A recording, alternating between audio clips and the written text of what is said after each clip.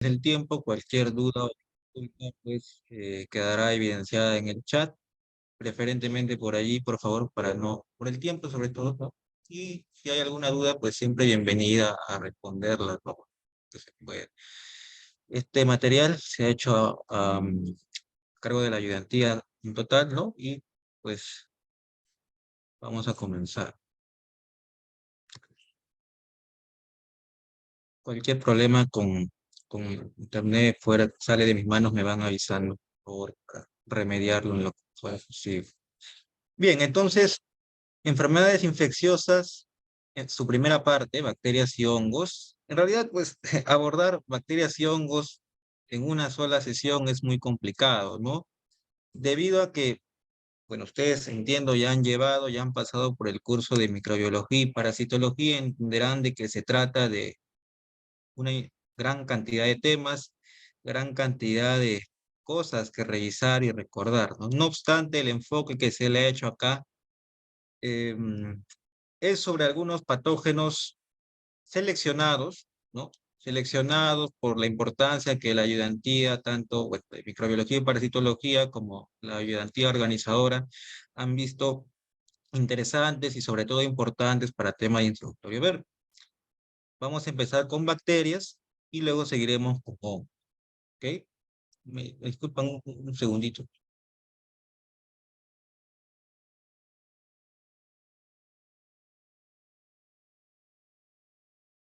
Ya, disculpen. Ya. Entonces, avanzando ya, este es un mapa general de todo el mundo de las bacterias, ¿no? Hecho por algunos miembros de la ayudantía de microbiología y parasitología, en donde podemos ver pues esa gran cantidad de temas del cual hablaba, ¿no? Imposible hablar de todo esto en el tiempo que se ha dado. Hemos resaltado en un cuadrado azul aquellos microorganismos que vamos a ver en cuanto a bacterias hoy día, ¿ok? En esta tarde. Pero este panorama general nos va a ayudar a recordar, solo recordar, algunas cosas generales sobre bacterias, ¿no? Y sobre todo su clasificación. Nosotros podríamos comenzar clasificando a las bacterias, vamos a poner el puntero. Nosotros podríamos empezar clasificando a las bacterias por si tienen o no pared celular. ¿Ya? Recuerden, no todas las bacterias tienen pared celular. La gran mayoría sí las tienen, pero hay algunas, bueno, dos excepciones, tanto micoplasma como ureaplasma, perdón, que no tienen pared celular. ¿Y por qué clasificamos primero en pared celular? Porque luego, subsiguientemente, va a venir otras formas de clasificar en base a la coloración, ¿no? De la pared celular, de los componentes de la pared celular.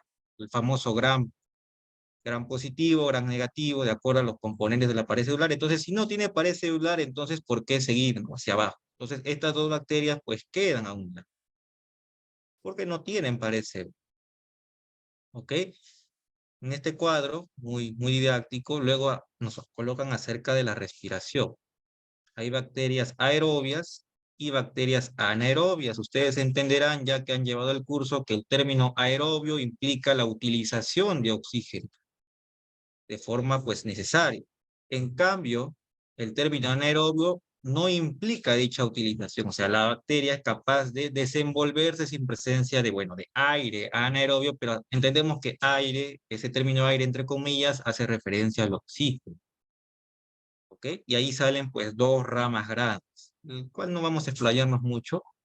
Entonces, dentro de los aerobios, los organismos o las bacterias que sí utilizan el oxígeno, vamos a encontrar el género Mycobacterium, ¿no? El género Mycobacterium, que es uno de los géneros del cual vamos a hablar ahora. Un género en especial caracterizado por ser BAR, ¿no? Estas siglas que se suelen escuchar constantemente, que significa bacilo ácido alcohol resistente. ¿Por qué? Porque dentro de su pared celular contiene estructuras que, si no se acuerdan, luego vamos a recordar, que le permiten justamente resistir, su nombre lo sugiere obviamente, a los ácidos, al alcohol, ¿no? Ahí encontramos al famoso Mycobacterium tuberculosis, ¿no? El agente etiológico de la tuberculosis. ¿De acuerdo? Si seguimos bajando en este cuadro, vamos a encontrar la división justamente en gram positivos, gram negativos, de acuerdo a las coloraciones que ustedes ya conocen, las características. Y otra forma que conviene recordar siempre, y muy sencilla, es la forma estructural o morfológica de las bacterias, ¿no? Cocos, cuando son organismos que asemejan, pues, cocos, ¿no? O sea, pelotitas redondas, ¿ok?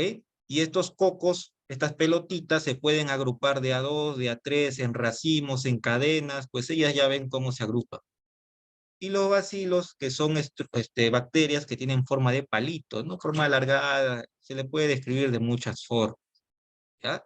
Dentro de los cocos tenemos otra forma, y así nos vamos en este árbol, de dividir a los cocos gram positivos, y aquí nosotros vamos a revisar hoy día, en unos minutos, acerca del género Staphylococcus, ¿no? Los Staphylococcus, con su gran representante, Staphylococcus aureus, ¿no? Un patógeno muy frecuente en la práctica clínica. Ustedes ya están, creo que este año entran a clínica, no estoy muy seguro. Y lo vamos a revisar, ¿no? Y característica de este estafilococo es que es un coco gram positivo, catalasa positivo, y además es coagulasa positivo. O sea, vemos que las divisiones de bacterias pues son un poco complejas, ¿no? Conviene recordarlos en base a estos cuadros, ¿ok? Y otra bacteria, para ir por el tiempo sobre todo directo que vamos a ver, es la famosa Helicobacter, que pertenece al otro lado, ¿no? A los gram negativos. Los gram negativos que también se pueden dividir conforme a cocos, bacilos, ¿no? Etcétera. Y salen pues enormes grupos de bacterias como las enterobacterias, ¿no? Etcétera. El fin de este cuadro no es hablar pues de todo lo que está aquí, simplemente recordar pues esa diversidad enorme que existe y que ustedes recuerden de que existen formas de clasificar. Ustedes mismos pueden elaborar pues sus cuadritos y ir pues aprendiendo de la mejor manera para ustedes. ¿Ok? Entonces, dicho esto, vamos a empezar a hablar de los tres, perdón, patógenos seleccionados, ¿no? En cuanto a bacterias, empezando por el organismo Staphylococcus o el género Staphylococcus. ¿Ok? Acerca de unas generalidades al inicio, ya habíamos hablado de que se tratan de cocos gram positivos. Cocos gram positivos, es decir, tienen forma redondeada, eso está sobreentendido en el nombre, y adoptan forma de racimos, ¿no? Racimos de uvitas, algo así, ¿no? Como esta imagen que seguramente lo han visto, ¿no? Pues como si fueran unas uvitas, racimos, así van a estar. Un paréntesis, no vamos a hacer mucho hincapié ahora en la parte microbiológica porque creo que no es el objetivo del curso de patología general. Eso ya lo vieron en microbiología y parasitología. La parte microbiológica siempre la pasaremos rápido. Vamos a hablar más de patogenia y de manifestaciones clínicas, ¿ya? Porque ya ustedes están un paso más adelante, ¿ok? Para este curso.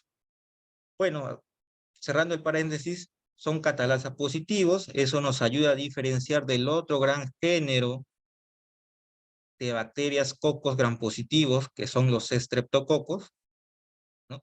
Y bueno, datos adicionales que son aerobios facultativos, ¿ok?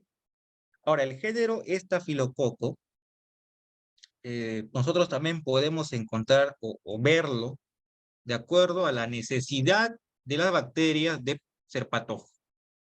Es decir, hay una especie en especial que sí o sí requiere ser patógena, sí o sí requiere ingresar a un organismo y pues desencadenar toda la enfermedad.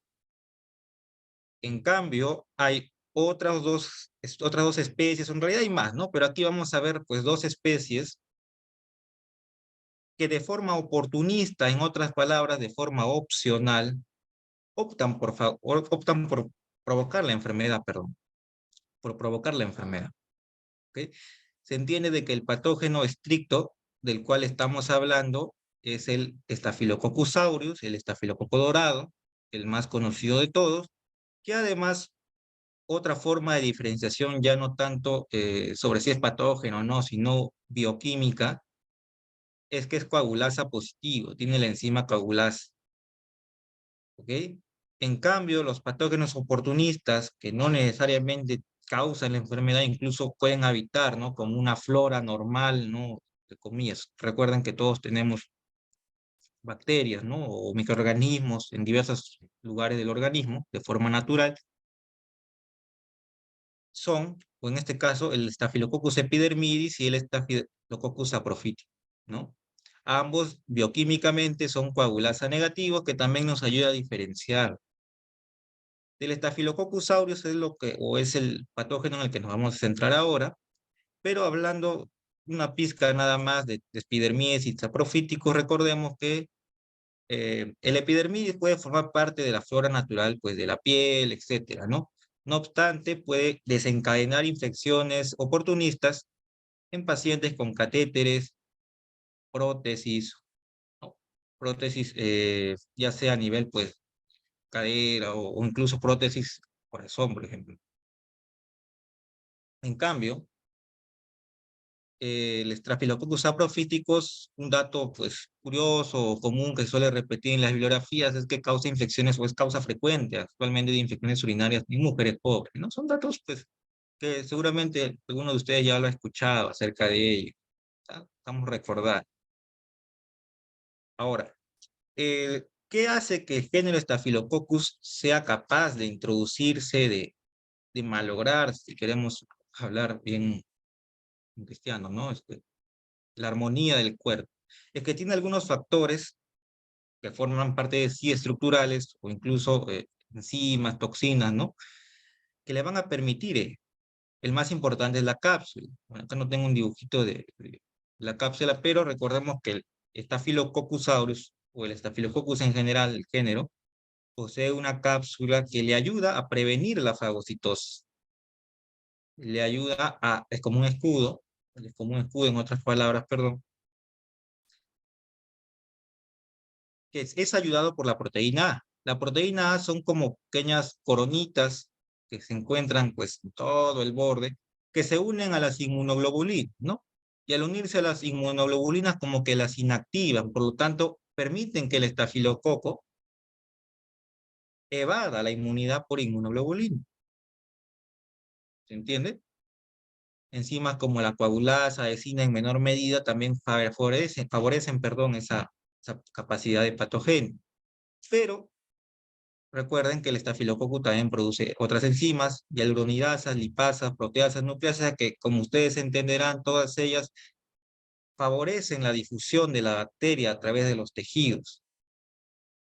Y si no solo fuera necesario enzimas, esta bacteria también es capaz de producir toxinas que incluso pues, pueden desencadenar cuadros muy importantes clínicamente, que pueden llevar incluso hasta el shock, ¿no? Con hipotensión o cuadros pues en recién nacidos muy, muy graves. ¿Ok? Porque son conocidos como superantígenos, ¿no? Porque estas toxinas son capaces de desencadenar una reacción inmunitaria, una reacción pues de linfocitos, etcétera, etcétera. Como que toda la caballería del organismo, ¿no? De la inmunidad se vuelve loca, ¿no? Y genera pues un desorden que termina siendo perjudicial para la persona, para el niño, etcétera, ¿no? Y enterotoxinas que pueden desencadenar pues intoxicaciones alimentarias también. Otro cuadro muy común en estafilococo, ¿ok? Ir avanzando. Entonces las enzimas promueven una difusión a través de los tejidos de la bacteria y las toxinas pues pueden desencadenar dependiendo de qué toxina esté utilizando la bacteria. El síndrome del shock tóxico, o en todo caso el síndrome de piel escaldada, en caso de las toxinas exfoliativas A y B, que es el síndrome de Ritter, si no me equivoco, pueden corregir. ¿Ok? Entonces, justamente, las manifestaciones clínicas por estafilococcus son muy variadas. O sea, hablar de todas las manifestaciones no se puede. Este dibujito es del libro base, ¿no? Yo recuerdo, no sé si seguirá siendo el curso, ¿no?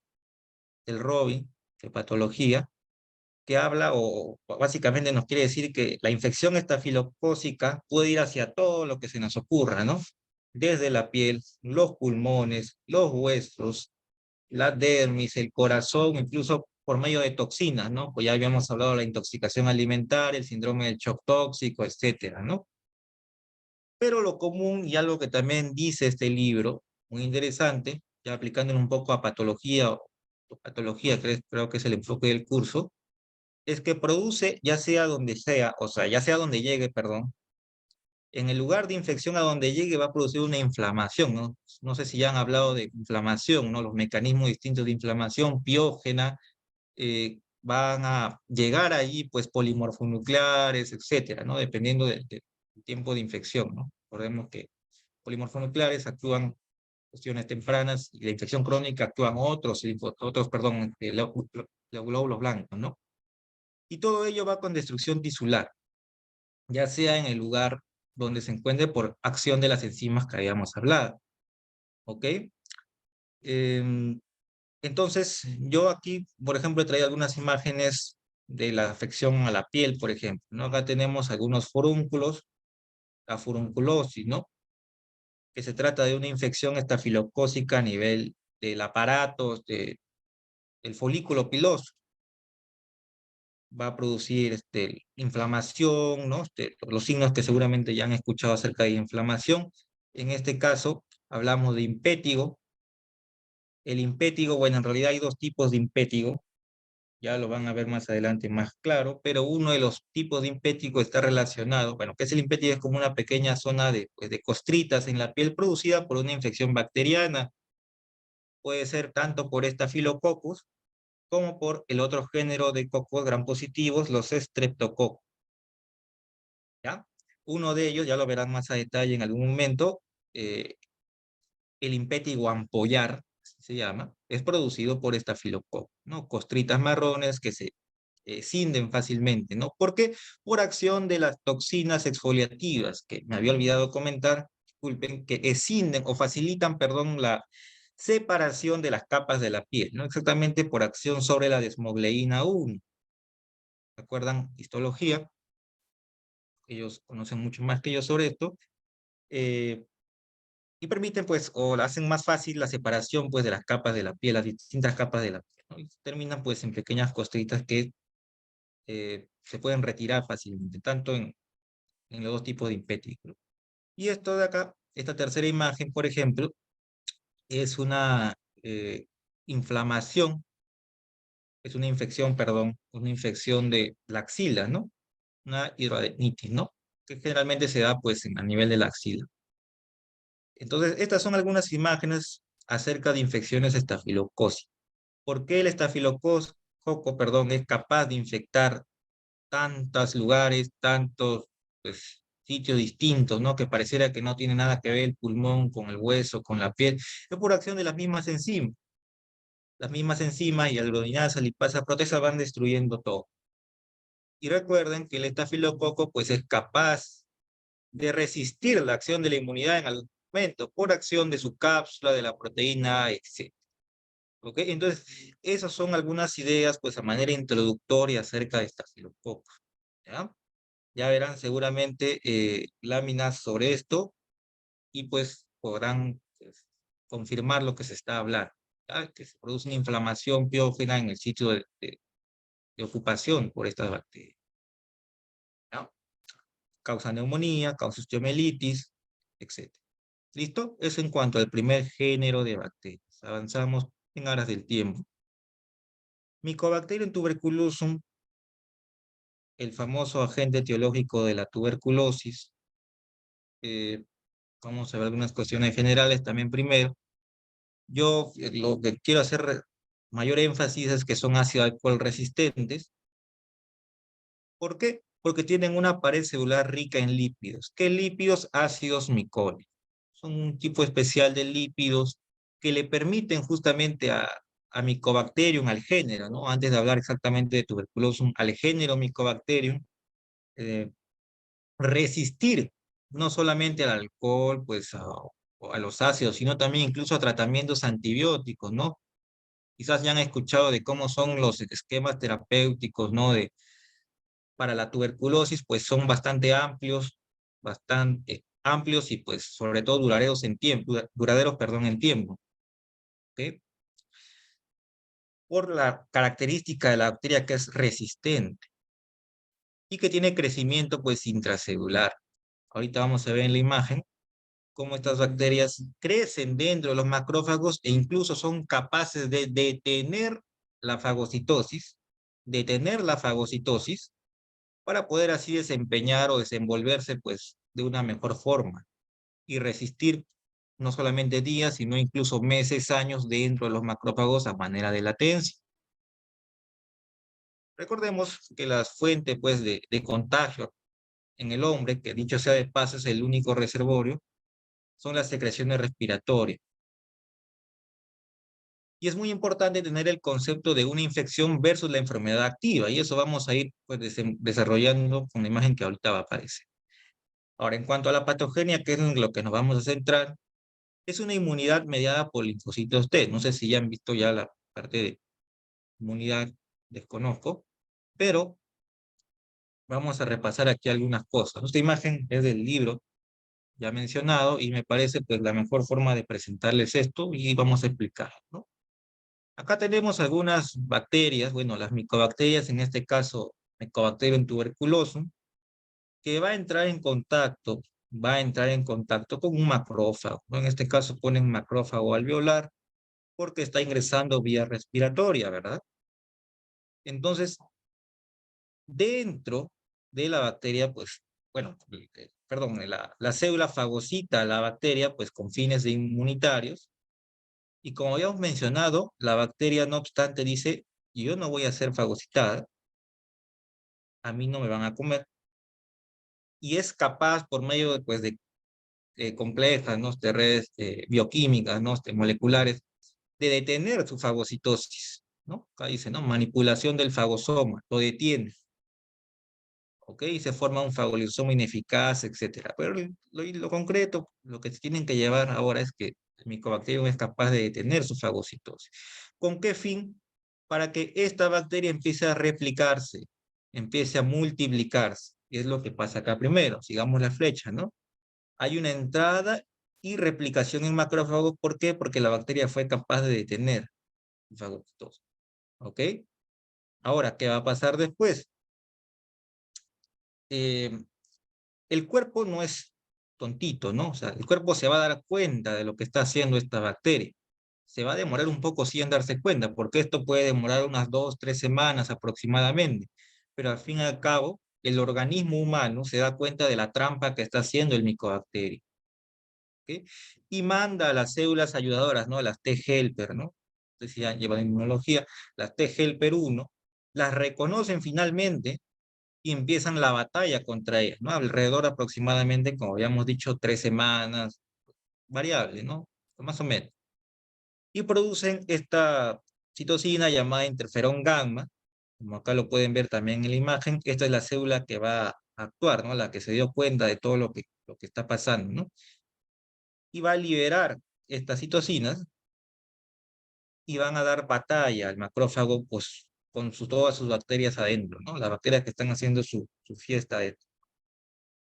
Y toda esta reacción inmunitaria, pues compleja, va a terminar con una destrucción de los macrófagos, ¿ya? Va a terminar con una destrucción de los macrófagos, destrucción de las bacterias, pero, aquí viene el pero, que las bacterias son, pues, de una forma, pues, tan resistentes, tan vivas, que todo este proceso termina con una inflamación que no solo destruye a las mismas bacterias, sino empieza a destruir tejido. Empieza a destruir tejido y se forma la famosa pues necrosis gaseosa, ¿no? No sé si han visto necrosis, es una muerte celular que aparenta pues el calcium que le llaman, ¿no? Como un quesito blanquecino, eso se ve pues cuando uno ve en vivo y en directo, ¿no? Lo que está pasando acá. Y se forma un granuloma tuberculoso, ¿no? Un granuloma tuberculoso con una corona de linfocitos T sensibilizados, como dice aquí, histiocitos, y al medio de su foco de necrosis gaseosa y se forma el famoso granuloma, no sé si lo tengo acá, perdón, no lo tengo, el granuloma calcificante, ¿no?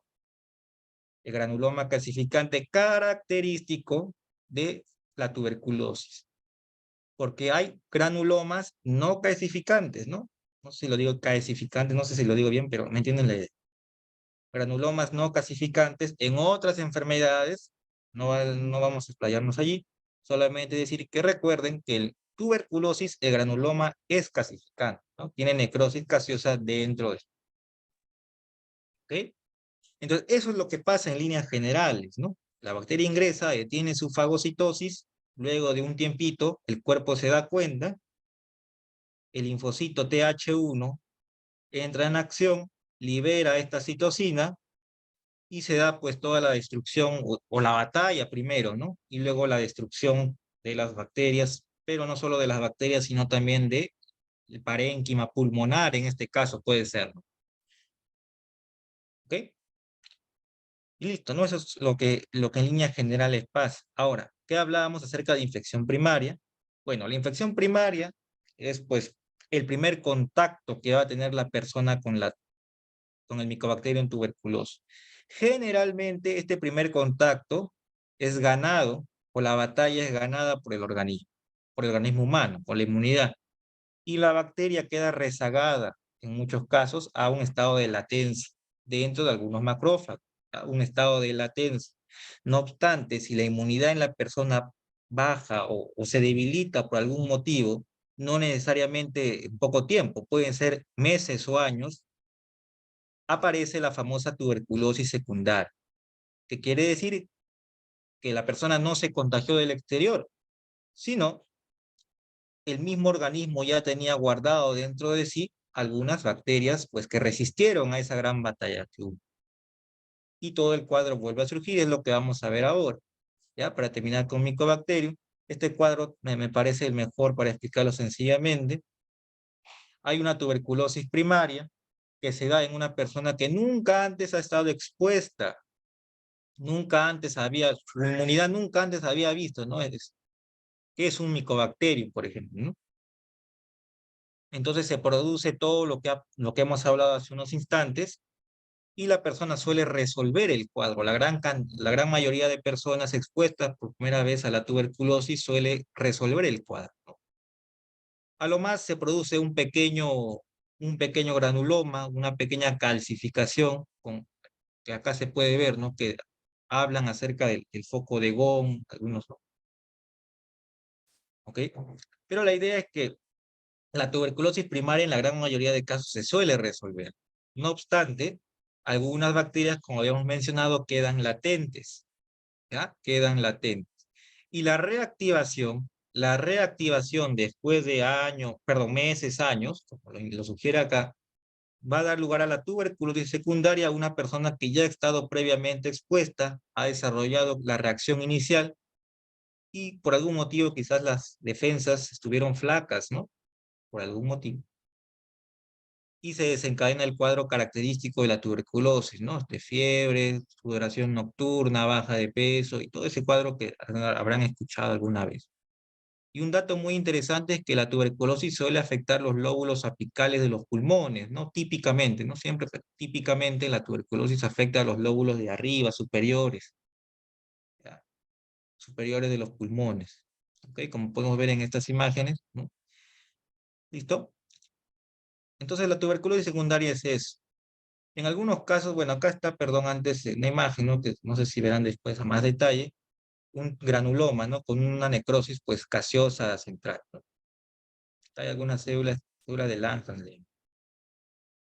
Pero bueno, acá están los granulomas con núcleos calcificantes de la zona de calcio. Y todo esto es la reacción, pues, la destrucción que ha habido, ¿no? Por parte de toda la reacción inmunitaria del lugar. En algunos casos en el cual la inmunidad no está del todo bien o está muy bajita, aparece la tuberculosis miliar, ¿no? La tuberculosis miliar se produce por una diseminación hematógena, es decir, las bacterias migran hacia otras partes del organismo. Puede ser el hígado, el vaso. Y miren, todos estos puntitos son los granulomas, ¿no? Cada una imagen del Robin, ¿no? Cómo se está llena de puntitos este vaso. Y es porque toda la batalla pues se ha trasladado a otro lado, hablan sencillamente. ¿De acuerdo? Y ese es el espectro, pues, del Mycobacterium tuberculosis. Acuérdense de que se trata de una inmunidad mediada por linfocitos T, como habíamos dado. Es lo principal para el curso y para esta sesión. ¿ok? Y ya después verán, pues, a mayor detalle en sus próximos cursos también el tema de tuberculosis, ¿ok? El tercer patógeno es el Helicobacter pylori, ¿ok? El Helicobacter pylori es un gran negativo, como lo habíamos comentado. Tiene forma de espiral. Es capaz de vivir en ambientes, pues, bastante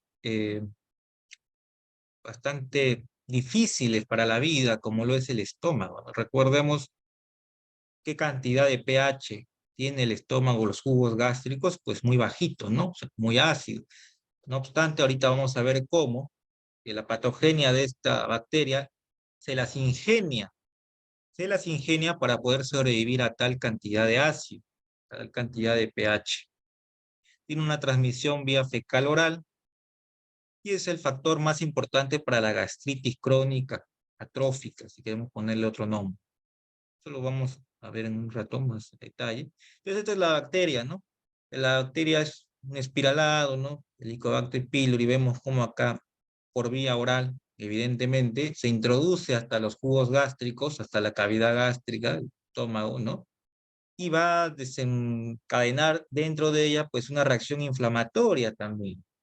Una reacción inflamatoria que, pues, si no se corrige a tiempo, si no se detecta y se corrige a tiempo, puede llevar a gastritis, no solo gastritis, sino también úlceras dentro del estómago. Bueno, eso es parte ya clínica, ¿no?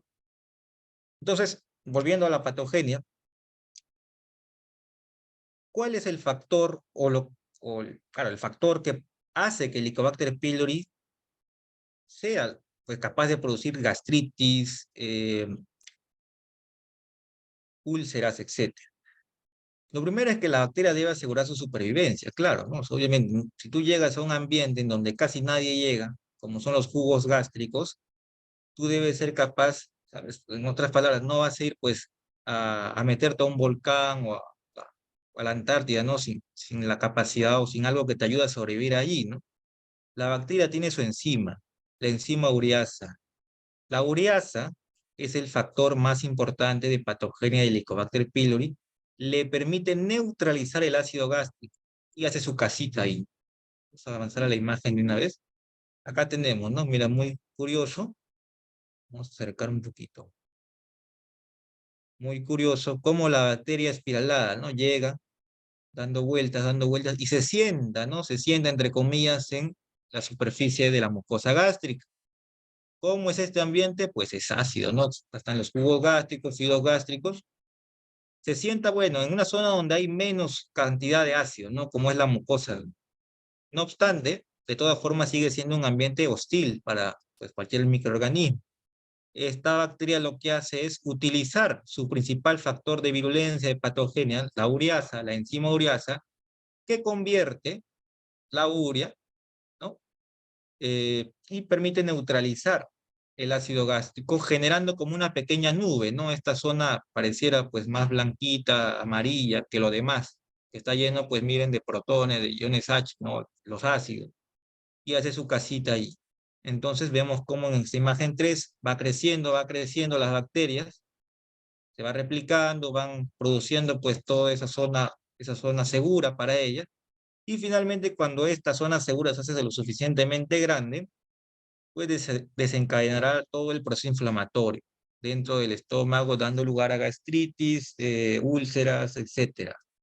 ¿Ok? Entonces, esa es la importancia y el rol fundamental de la ureasa. Contrarrestar los jugos gástricos, la acidez gástrica, contrarrestar la acidez gástrica y generar, pues, el ambiente apropiado para la bacteria. ¿Ok? Otros factores de virulencia menos importantes, pero de todas formas lo mencionamos, son algunos genes, ¿ya? Algunos genes, acá lo apunto, ¿no? El gen CAF, el gen BAC, que se relacionan, pues, a propiedades de citotoxicidad, o sea, o sea, para mal, ¿no? De la mucosa gástrica, y proaptóticas, ¿no? Pero yo considero y yo quisiera que aquí al menos recuerden siempre que la ureasa de esta sesión salgan con la idea de que la ureasa es, pues, el mecanismo de virulencia más importante de todo, ¿ya? Entonces, las bacterias penetran y se adhieren a la superficie de la mucosa, neutralizan el ácido, el sonido, neutralizan el ácido por medio de la enzima ureasa, son capaces de movilizarse gracias a sus flagelos, me había olvidado comentar ello, tienen bastantes pues, flagelos y es otro factor de virulencia, y finalmente producen pues todo este proceso inflamatorio que estamos viendo, ¿ok? Eso hace el Helicobacter pylori, ¿ok? ¿Qué manifestaciones clínicas nos produce? En realidad, el Helicobacter pylori es considerado un factor etiológico, un factor de riesgo para distintas pues, enfermedades a nivel del estómago, ¿no? Por ejemplo, la gastritis crónica trófica, linfomas, etcétera, ¿no? Incluso cáncer, ¿ok? Acá hay algunas biopsias que seguramente van a ampliar después. Vemos cómo estas bacterias están, mira, ¿no? Esta es una tinción especial, corríjame si no es la tinción Giemsa, la tinción en base de plata, ¿no? Y resalta a estas bacterias, ¿no? Vemos cómo están aquí esparcidas, pues, en toda la mucosa gástrica, ocasionando inflamación. ¿Listo? Eso es en cuanto al Helicobacter pylori. Estas son las tres bacterias que hayamos pues considerado importantes revisar. No podemos hablar de todo. Ya lo había mencionado por qué. Pero espero que haya quedado pues medianamente claro. Si no, pues se resolverán algunas dudas al final.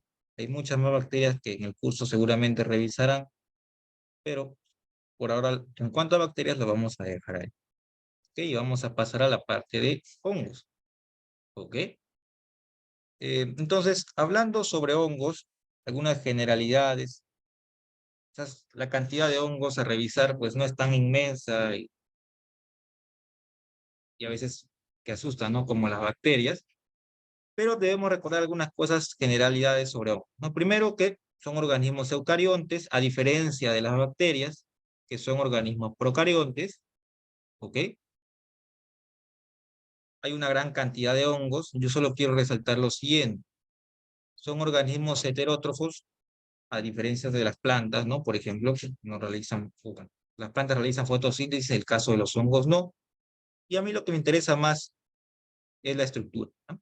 La estructura, su pared celular está en base a la quitina y su membrana celular en base a una sustancia parecida al colesterol, ¿no? No es igual, pero menos tienes, va por allí, que es el ergosterol, ¿no? Ya, eso en cuanto a nivel estructural, cosas que en microbiología se les ha dicho seguramente y lo recuerdo rápidamente, nada más. Y recordar mucho que la estructura o la unidad estructural de un hongo es el AIFA.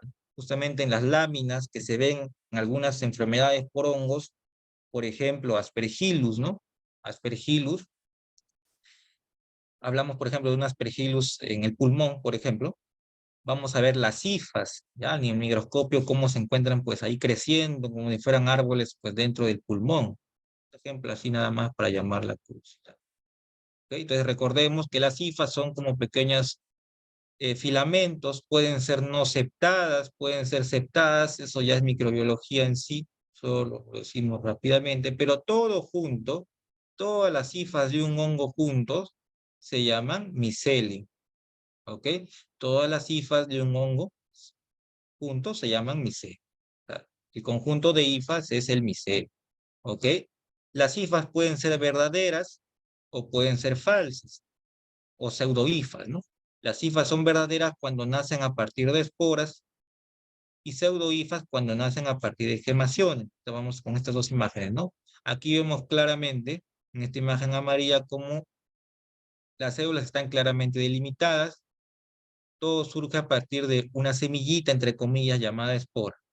En cambio, las gemaciones, o las pseudohifas, perdón, que surgen a partir de gemaciones, no surgen pues a partir de esas semillitas, sino una célula empieza a dividirse nuevamente y da la apariencia pues de una hifa, cuando no lo es, ¿de acuerdo? Y finalmente otras generalidades, vamos a pasar un poco esto rápido, el micelio puede ser reproductor, puede ser vegetativo, reproductor cuando da soporte, como su nombre lo indica, estructura solamente de reproducción, y vegetativo cuando es la estructura de soporte, de nutrición. Ahora, la clasificación de los hongos lo he hecho acá de una manera muy sencilla. El curso también lo sugiere así. Los mohos son los hongos filamentosos, los hongos que van a trabajar en base a hifas, ¿ya? Tipo Aspergillus, etcétera. Hay hongos levaduriformes. Las levaduras generalmente son, pues, una sola célula, o en todo caso son cadenas, así como estas pseudohifas, no son hifas, son pseudohifas, ya. Recordemos esa diferencia, ¿no? Los mohos están compuestos de hifas verdaderas y las levaduras de pseudohifas, ¿no? Pero va a haber, pues, una excepción a la regla o un comodín siempre, ¿no? Los hongos dimórficos. Ahora no vamos a hablar de hongos dimórficos en los tres hongos que vamos a revisar, pero recordar siempre que los hongos dimórficos, como su nombre lo sugiere, tienen dos formas. O sea, pueden actuar tanto como mohos o tanto como levaduras, ¿ya? Y eso no es de acuerdo a lo que se les den ganas, sino responden a qué, a la temperatura. Responden a la temperatura, ¿ok? En el medio ambiente, los hongos dimórficos adoptan forma de moho. No obstante, cuando se introducen dentro del organismo, los hongos dimórficos, por la temperatura aumentada, pues adoptan forma de levadura, ¿ya?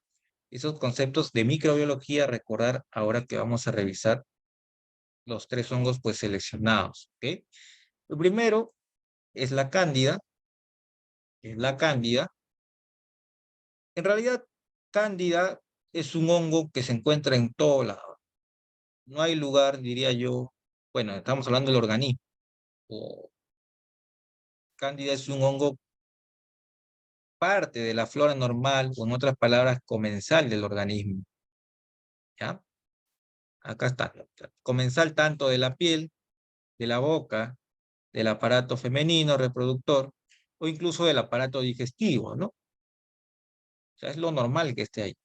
Las especies principales que nosotros debemos recordar, bueno, yo diría solo uno, ¿no? La Cándida albicans, que es pues, la conocida por todos. La Cándida albicans, pero hay muchas especies de Cándida más. Pero lo que sí es el organismo oportunista más importante. ¿Qué es organismo oportunista? La definición de organismo oportunista quiere decir que, si bien es cierto, forma parte de la flora normal, es comensal de nuestro organismo, en determinadas situaciones de inmunosupresión, por ejemplo, enfermedades o comorbilidades o uso de terapia, pues que debilite o que reduzca, ¿no? Entre comillas, las defensas, la cándida va a sobresalir, va a empezar a reproducirse, a proliferar y va a causar, pues, colonias y enfermedad, evidentemente. ¿Ok? Entonces, acá tenemos algunas imágenes de cómo se ve, pues, este hongo. Vemos las pseudohifas del hongo, que es muy importante, y hay una lámina, pues, en donde podemos ver toda esta zona, pues, llena de las pseudohifas, todas creciendo, pues, de forma desordenada, adueñándose del tejido, ¿de acuerdo? Un poco de epidemiología de la cándida que tiene que ver con su patogenia. Es un hongo ubicuo, parte de la flora normal, ya lo dijimos, cuya vía de infección más importante es la endógena. O sea, nosotros nos enfermamos, o cuando la persona se enferma de candidiasis, no es que la haya adquirido del exterior, sino la infección ha surgido de su propio cuerpo, ¿ok? Siendo los factores predisponentes, más allá de la infancia, la vejez, la humedad, etcétera, los factores predisponentes más importantes son enfermedades que generen, pues, inmunosupresión, como la diabetes mellitus, el VIH en estadio SIDA, por ejemplo, o el uso de corticoides, por ejemplo, que pues termina eh, produciendo o alterando la respuesta inmunitaria, ¿no? Y haciendo a la persona, perdón, más propensa a padecer infecciones oportunistas, no solo por cándida, sino también por otros hongos que ahora vamos a ver, ¿no? Ya, entonces recuerden que la vía de infección más importante del hongo es la endógena, y otras características o patogénicas que tiene el hongo, perdón. Primero es la formación de biopelícula, ¿no? Lo resalto porque el libro lo resalta también. Este hongo es capaz de agruparse, ¿no? Es capaz de agruparse sobre superficies. Todos esos filamentos pseudohifas que van creciendo se mezclan, ¿no? Con las levaduras incluso las matrices, ¿no? De los hongos que van siendo, pues, fagocitados, los desechos todos se mezclan y forman una biopelícula que hace que el hongo sea más resistente, resista un poco más a la respuesta inmunitaria, ¿no? Del organismo. También tiene propiedades de adherencias, evidentemente, y enzimas degradativas, al igual como lo tenía, recordamos, ¿no? Algunas bacterias, como Staphylococcus, ¿no? Pero termina siendo la formación de biopelículas el factor más importante o a resaltar en este caso. Ya, estos hongos se mezclan, se hacen fuertes, todos se toman de la mano, ¿no? Se toman de la mano y así pues resisten. ¿Ya? Y así todos se introducen también en un lugar, ¿ok? ¿Qué manifestaciones clínicas me puede dar la candidiasis? En realidad, candidiasis existe en toda parte del cuerpo, ya que cándida vive en todas las partes del organismo, entonces la candidiasis se puede desarrollar en todas las partes del organismo.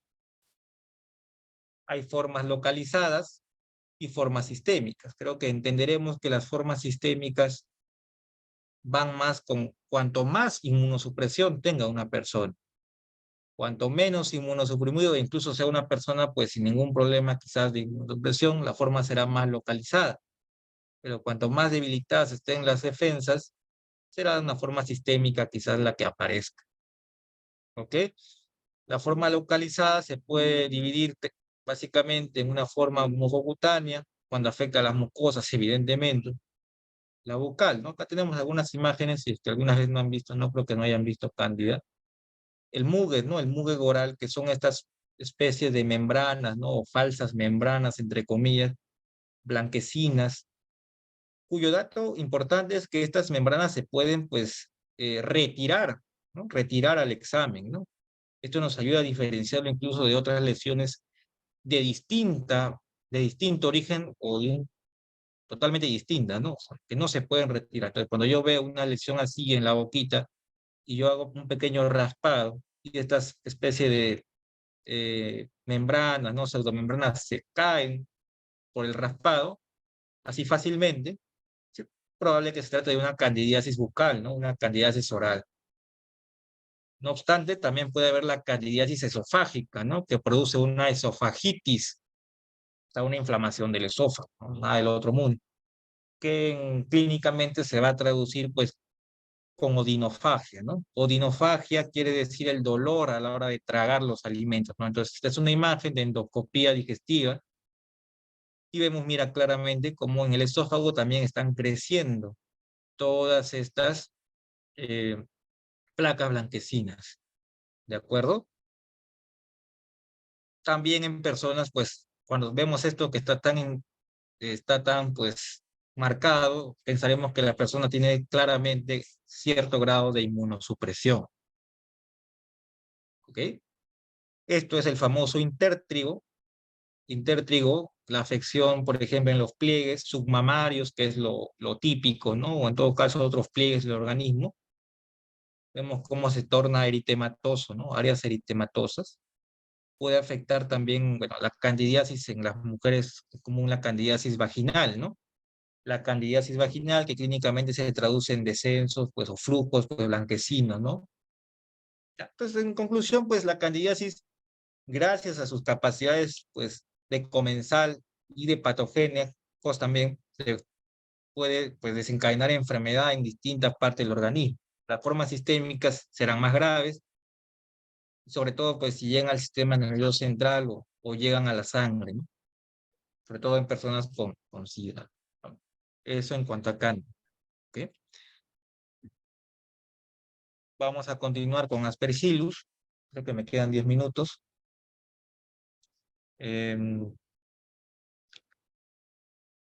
Aspergillus es un hongo ambiental. Creo que en microbiología se ve en la parte de hongos ambientales de importancia médica, junto al mucor, ¿no? Entre otros. Aspergillus es un tema muy importante, lo van a ver con relativa frecuencia. Aspergillus fumigatus es la especie más frecuente. Recordar siempre su forma característica, ¿no? Microbiológica, como si fuera un arbolito, ¿no? Esas cabezas llamadas cabezas conidiales, ¿no? Con diversos pétalos, si queremos llamarlo así. Pero ahorita eso no es lo que nos interesa. En patología lo que nos interesa es la propagación, ¿no? Entonces miremos cómo acá esta cabeza conidial en el ambiente, porque este es un hongo que se encuentra en todo lado. No hay lugar, digo yo, en donde no haya aspergillus, ¿no? En las superficies, en el aire, etcétera, ¿no? Incluso en la misma flora, ¿no? Flora del organismo está el aspergillus, ¿no? En la nariz, en la mucosa nasal, más atrás también, etcétera. Entonces, eh, todas estas estructuras que se desprenden, si queremos hablar así, del aspergillus, van a ingresar vía inhalatoria y pueden llegar principalmente a los pulmones, ¿no? Y en los pulmones, si es que la inmunidad, nuevamente el rol de la inmunidad, si la inmunidad está ok, es muy probable que no haya problema. No obstante, si la inmunidad no está ok, en distinta grado, en distinta medida, van a aparecer distintas entidades clínicas. Por eso Aspergillus, o en Aspergillus se habla de un espectro clínico, ¿no? En cuanto a manifestaciones clínicas. Ahorita lo vamos a revisar. Pero miremos acá, en esta imagen de acá abajo, como una vez que estos hongos, estas hifas, ¿no?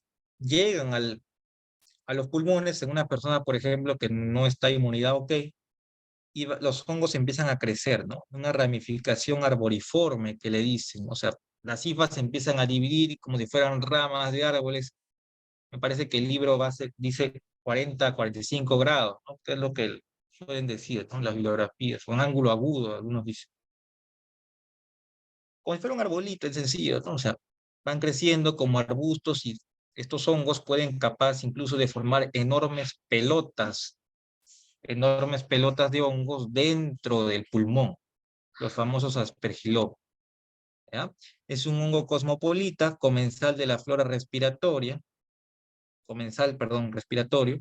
La vía de ingreso es inhalatoria, ¿sí? Y el factor de riesgo, al igual que Cándida, más importante a considerar siempre es la inmunosupresión, el estado inmunitario de la persona. O también, añado acá, comorbilidades previas. ¿Por qué? Porque tanto el asma, tuberculosis o la existencia de bronquiectasias en los pulmones van a favorecer ciertas formas clínicas del espectro, ¿no? De la aspergilosis. ¿De acuerdo? La patogenia es muy similar al hongo anterior. También tiene sustancias adhesinas, antioxidantes, diversas toxinas, enzimas, que no vale la pena, la verdad, detallar mucho. Pero sí recordar siempre que pues, va a haber pues estos TLR2 que forman parte pues, de la respuesta, ¿no? Las señales. Cuando llega un antígeno o un microorganismo al sistema inmune, pues el sistema inmune lo reconoce siempre, ¿no? Por medio de estos TLR, como podemos ver aquí en la imagen. En este caso, en el caso de Aspergillus, va a participar el TLR2. Entonces, acá vemos cómo esta hifa de color verde está siendo reconocida por las células presentadoras de antígeno, ¿no? Y una vez reconocida, va a favorecer la respuesta inmune, la inmunidad, ¿no? Con distintos tipos pues, de linfocitos, ¿no? Que ya en inmunología lo verán más a detalle.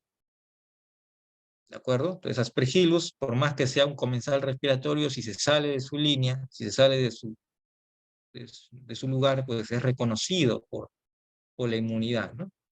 Entonces, las manifestaciones clínicas, como lo habíamos mencionado, es un espectro clínico y va a depender del estado inmunitario o de comorbilidades previas. Si el aparato, perdón, si el sistema inmune está ok, en realidad no va a pasar nada. O sea, la infección por Aspergillus va a ser contenida a tiempo y con seguridad podemos decir que no va a pasar nada. En la gran mayoría de casos, ¿no? Siempre hay excepciones. Si el paciente, por ejemplo, es un asmático o tiene historia de asma, ¿ok? Se produce el cuadro de aspergilosis broncopulmonar alérgica, ¿no? Esto lo vamos a pasar breve. Es un cuadro, pues, parecido al asma, que se caracteriza por obstrucciones bronquiales frecuentes, ¿no? Cuadros asmáticos, ¿no? Muy parecido a cuadros asmáticos, ¿ok? Porque existe una reacción de hipersensibilidad al hongo, ¿ok?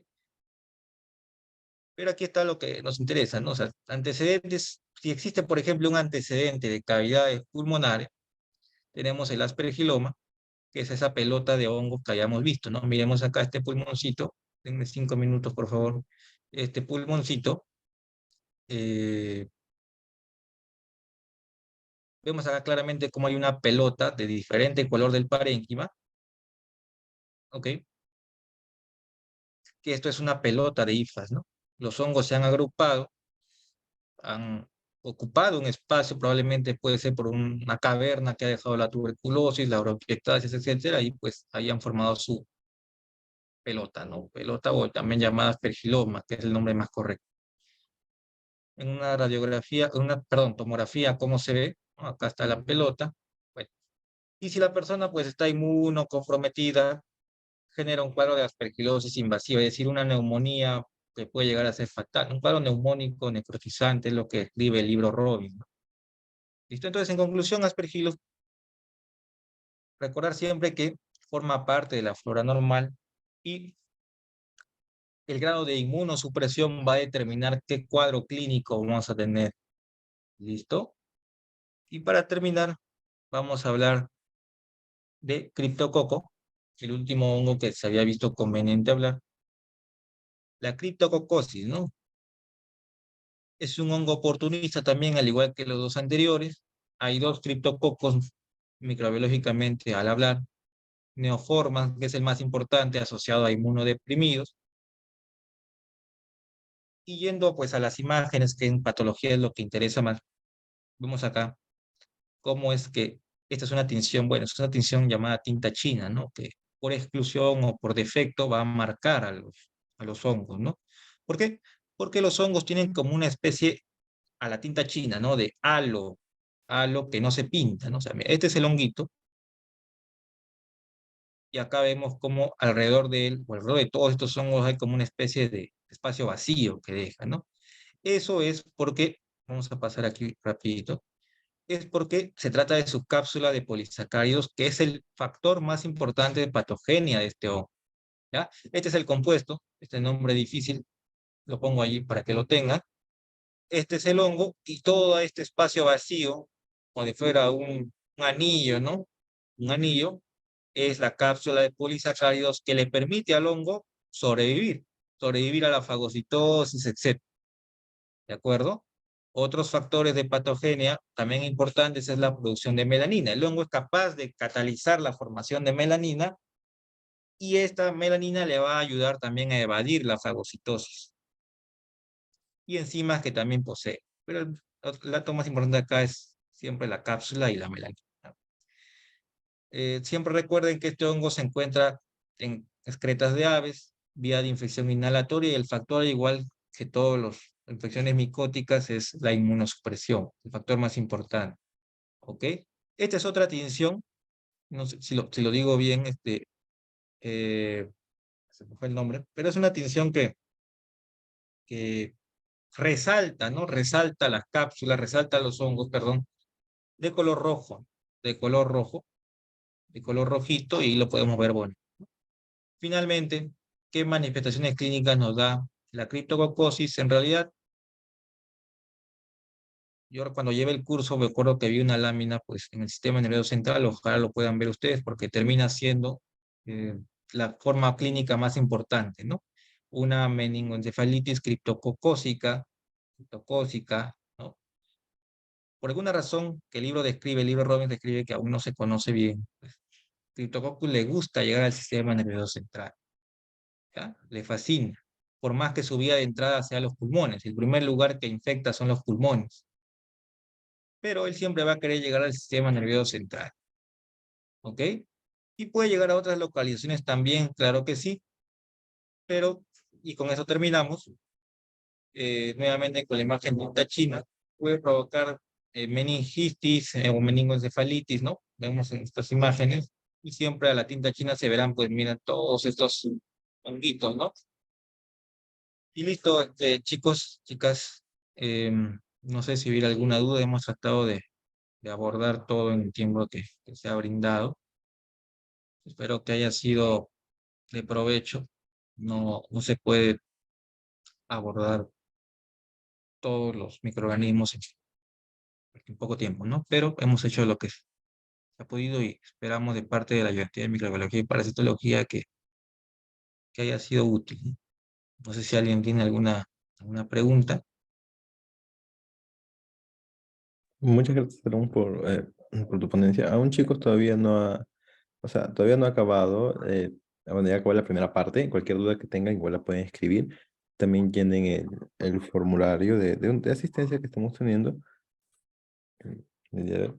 Ok, dentro de 3 minutos empezamos a hablar la parte netamente de patogenia, netamente ya dirigido a la parte de patología. Igual muchas gracias a la ayudantía de microbiología y parasitología por esta unión que hemos tenido para dedicar el tema. Cualquier duda le escriben y estoy seguro que las pueda responder.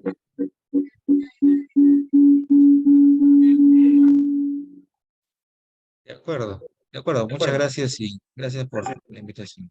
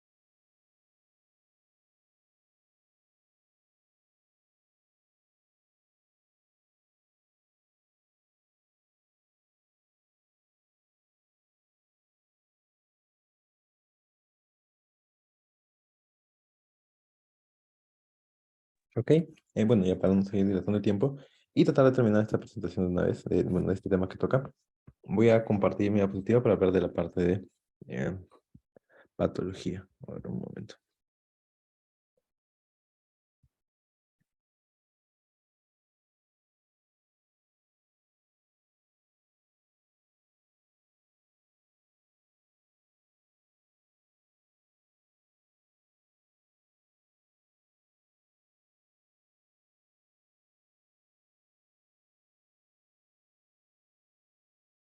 Ok, ya, ahora sí me sale que se está compartiendo. Bueno, principalmente decir que esta presentación se le había asignado a otra persona de la ayudantía, pero por motivos X no ha podido hacerla. Así que hemos tenido que avanzar una diapositiva para poder dar esa clase porque no se puede posponer, ¿no? Ya se pospuso la clase de cáncer, que estoy buscando un espacio para poder recuperarla durante esta semana, pero quiero terminar primero con infecciosas, ¿no? Entonces ya no se puede posponer esta presentación. Igualmente voy a decir solamente cosas claves, cosas que deberías tener en tu cabeza, no solamente para el examen, sino en general en el curso de Pato, porque no en el teórico te van a preguntar lo que te voy a decir, sino más que todo en el práctico, porque la cosa acá en histología, ya viste ya la parte más teórica, digámoslo así, con la ayudantía de microparásito. Ahora acá, más que irnos a lo teórico, quiero ver simplemente clasificaciones, 2 puntos que van a ser las clasificaciones y imágenes. Clasificaciones, imágenes, que es lo que busco acá. Entonces, continuando, acá los contenidos todavía no están dados. Bueno, acá en la parte de las afirmaciones tampoco hemos tenido ello, pero en las enfermedades infecciosas, de frente quiero que sepas las categorías que te va a dar el Robbins y las categorías que vienen en tu examen, porque todo se basa del Robbins, ¿no? Entonces ahí tienes que tener en cuenta esto. Estas categorías de agentes infecciosos, no solamente vamos a contar a lo que tú has llevado en microparásito, si no, se aumenta uno más, que viene a ser los priones. El micro también se abre priones con la parte vírica, ¿no? Pero eso es importante para tenerlo en cuenta. Y en patología se va a dividir el parásito en lo que es protozoos y lo que son el minto, principalmente un protozoo, ¿no? Que es microscópico, chiquito. El minto ya no, pues no, el minto ya es macro, ¿no? A nivel macro, se puede ver a simple vista. Esas son las 5 divisiones, digamos, ¿no? 5 y más la de parásito que se divide en dos. Nos da en total 6 divisiones que tú debes tener como categorías astronómicas en patología. Acá también tú puedes ver los tamaños que tienen cada uno. Si te preguntan cuál es el más chiquito, obviamente que es el prión, porque el prión es simplemente una proteína, o sea, tiene el tamaño de una proteína cualquiera, pero es una proteína mal plegada, una proteína que hace daño, ¿no? Una vez, curiosamente, no todo el mundo dice la proteína es algo básico, esencial para formar estructuras de células, ayudar al correcto funcionamiento del cuerpo, tiene varias divisiones, una proteína, varias funciones, digo, pero una proteína mal plegada es una proteína dañina. Este caso es el de los priones y el prión te da la enfermedad. Nunca supe pronunciar este nombre ya, de Creutzfeldt-Jakob, pero es una enfermedad, antes se conocía como las vacas locas, creo, y eso es lo que también se te puede venir, ¿no? En el examen, porque acá nos centramos más en los priones, en un primer momento, ¿no? Acá hay más categorías que igualmente los puedes ver, tocar uno por uno. Esto es una clase introductoria, no es una clase magistral para hablar de un tema específicamente, ¿no?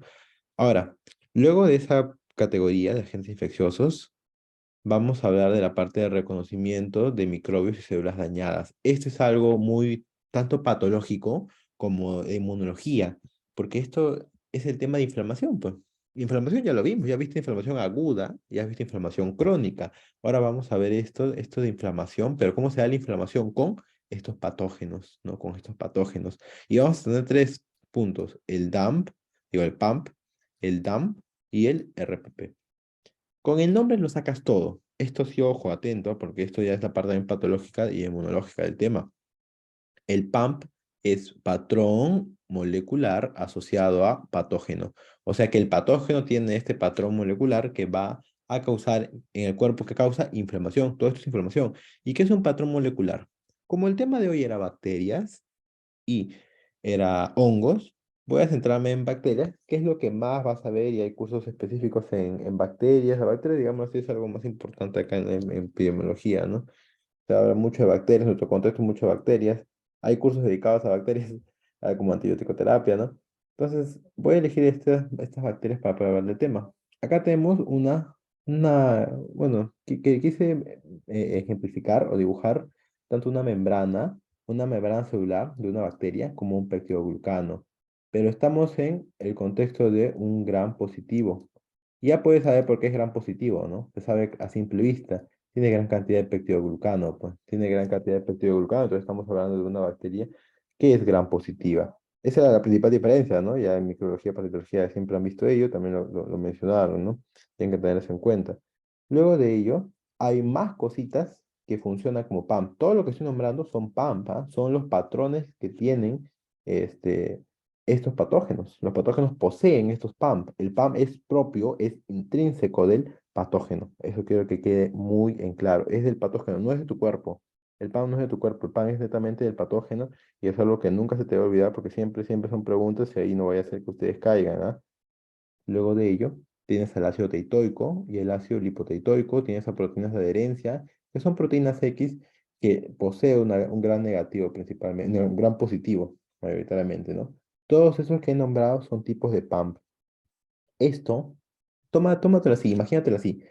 Estas son cositas, son cositas, son proteínas, estructuras que tu cuerpo no está acostumbrado. Tu sistema inmunológico no está preparado para estas cosas porque nunca las ha visto antes. No las ha, para el tu sistema inmunológico esto es nuevo. Que haya gran cantidad de peptidoglucano, que una célula posea gran cantidad de peptidoglucano, pues no es algo común, no es propio de nosotros, es nuevo, es más propio de una célula, de una célula procariote, como es la bacteria, ¿no? Un procariote. Entonces, eso ya viene a ser un PAM, ¿no? La membrana celular, bueno, más que todo me sentaba a la composición de la membrana celular, ¿no? Pero en sí tampoco lo tomamos en cuenta, no te confundas con la membrana celular, una célula eucariota. Simplemente quería ejemplificar esto, ¿no? El peptidoglucano, por ejemplo, el ácido lipoteitoico, que tampoco lo tenemos. Esto va a ser un gran PAMP. Como tu sistema inmunológico no lo conoce, es nuevo, es normal que se active. Se va a activar y ¿qué te va a llevar cuando se active el sistema inmunológico para defenderte? ¿Qué causa? Inflamación, porque estos son PAMP.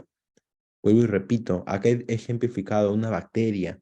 Si yo ejemplificara un virus, el virus tiene su ácido nucleico, ¿sí o no? Que también es un PAMP, funcionaría como un PAMP porque es algo nuevo para tu sistema inmunológico, no lo conoce y lo va a atacar. ¿Qué más tiene? El virus tiene una cápside, que dice que es formada por caxómeros, que son proteínas, ¿no? Bueno, pues, ¿qué crees que es eso? También es un PAMP, porque es algo extraño para tu cuerpo. El parásito, bueno, el clásico que le decían en fisiopatología era, tiene un nombre de GPI, ¿no? Gilcosil, fosfatidil, inositol, GPI. Ese también es un PAMP, porque es algo propio de los parásitos, ¿no? Que lo encuentran en sus membranas. Y la levadura, como, porque tocando el tema de hongos, tienen el zimósano, beta-glucano, pueden tener gran cantidad de ergosterol en su membrana, como ya se habló. Entonces, también son cosas que tu sistema inmunológico no está preparado, son PAMP, daño, causan inflamación. Pero así como tu sistema inmunológico causa inflamación, causa daño, también tienen los DAMP, que son los patrones moleculares asociados a daño. O sea que si el PAMP causa el daño, luego de que haya daño, tenemos los DAMP. Los DAMP son consecuencia muchas veces de los PAMP. El PAMP es algo que causa inflamación. Y luego que hay esa inflamación, imagínate acá, luego, acá hay una célula normalita. Luego que hubo esta inflamación, mira cómo está la célula. Está rota, pasó por un proceso de necrosis.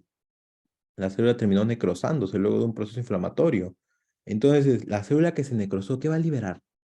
ADN, ácido úrico, ATP. Libera ADN de su núcleo. El núcleo se rompió, el ADN está suelto por ahí. En la matriz celular está nadando ADN. La mitocondria se rompió. La mitocondria se rompe que libera gran cantidad de ATP. ATP está en matriz extracelular. El ADN también puede catabolizarse, se transforma en ácido úrico. Eso ya es más bioquímica, ¿no? Por las vías catabólicas, ¿no? Pero se transforma en ácido úrico, pues. Hay ácido úrico en matriz celular. O sea, hay cosas que son normales en tu cuerpo, pero son normales en el medio intracelular. Estas tres cosas es normal que existan dentro de la célula, no fuera, dentro de la célula. Entonces tu cuerpo, al detectar estas cositas que no están a nivel intracelular, sino están a nivel extracelular, ¿qué dice?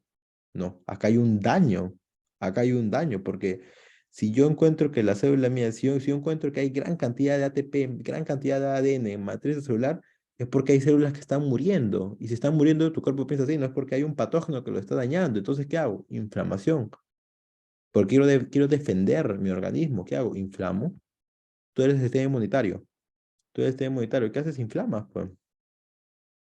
Piénsatelo así, pues. Así tienes que pensar, ¿no?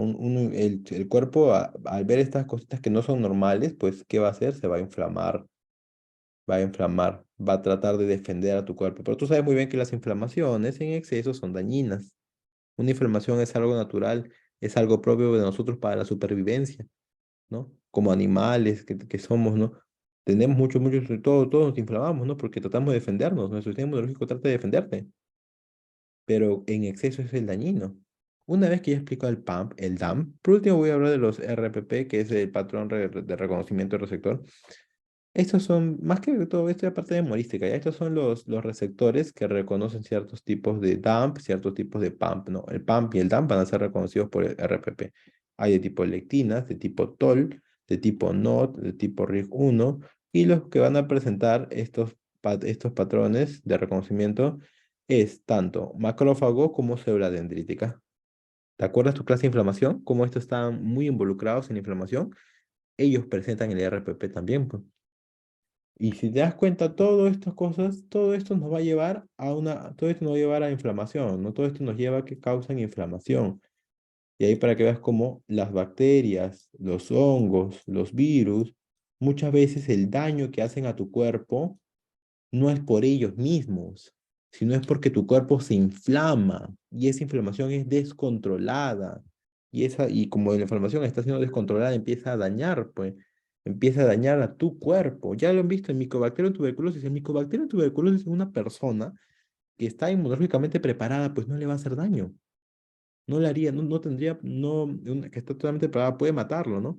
Pero principalmente el Mycobacterium tuberculosis de por sí, de manera directa, por más que tenga factores de virulencia, no hace tanto daño más que tu cuerpo. El granuloma, todo ese granuloma y después que se forma una caverna, o sea, un hueco en tu pulmón, no lo causa ese patógeno, no lo causa el Mycobacterium.